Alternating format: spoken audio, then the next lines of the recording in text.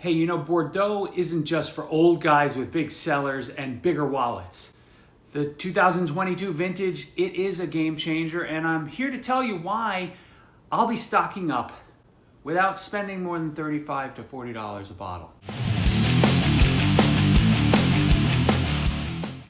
Hey, welcome back to Drinking It In. I am your host, Chris Casara. We are here to help you know more and drink better, and today we're talking about 2022 Bordeaux.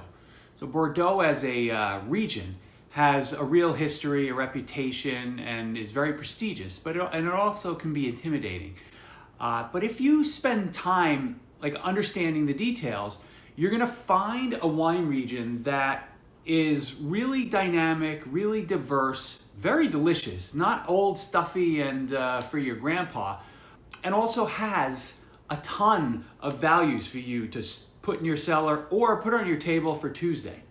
It's not just about $500 bottles from first growth chateaus.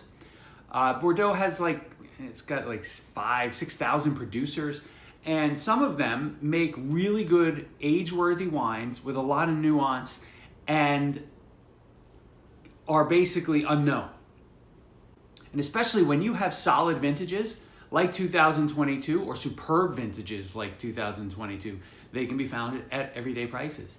So, you know, and we're talking about red Bordeaux here, right? Merlot dominant or Cabernet Sauvignon dominant with some Cabernet Franc mixed in and some other grapes. You know, but they offer some insane values if you know where to look. And these are wines that you can buy and set down for 5 to 10 years. And whether you like that Merlot dominant or Cabernet dominant, plenty to choose from. So let's talk about 2022 and why I'm highlighting it in this video. The growing season, right, was hot, but it wasn't extreme. So winemakers were able to really manage their vineyards, and the end result is just wines with really rich fruit, a lot of freshness and structure. So that's kind of a real amazing combination when it comes to wines that you could potentially cellar. Critics have kind of been talking about 2022 as it's like a combination of 2018's opulence, the balance of 2016, and the age-worthiness of 2010. It's an amazing combination, and I'm not sure, whether I don't have enough context to make an opinion on those comparisons, but what that generally means is that you see a 2022 Bordeaux, you're going to be able to buy it no matter what the producer or the region. Now, if you tend to overlook Bordeaux wines because they're stuffy and for old men, this is your moment. This is your moment. They're bright and alive, they're versatile, they're great with food, and when they have a bit of an age, right? Again, 5 to 10 years. I'm not talking you got to lay these things down for 20 years. I think it's going to change your perception of this region. The benefit or the real piece de resistance is that it's not going to send you to the poorhouse. 2022, when you look at how the Bordeaux futures pricing has worked, it was kind of a high point for the pricing. And now as offers come out for 2023, 2024, the prices have gone down somewhat significantly. Now, I don't know if that translates to what you see on the shelves today, but from what I've seen so far, there are good values out there. Now, 2019 and 2020 were great vintages, and they were pretty even, right? So left bank, right bank, they were very similar. In 2022, the right bank has a slight advantage, like a 97 rating versus a 95. It's splitting hairs, but it's worth noting.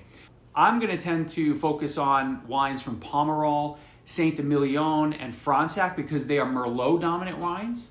But you do you, and they're on the right bank.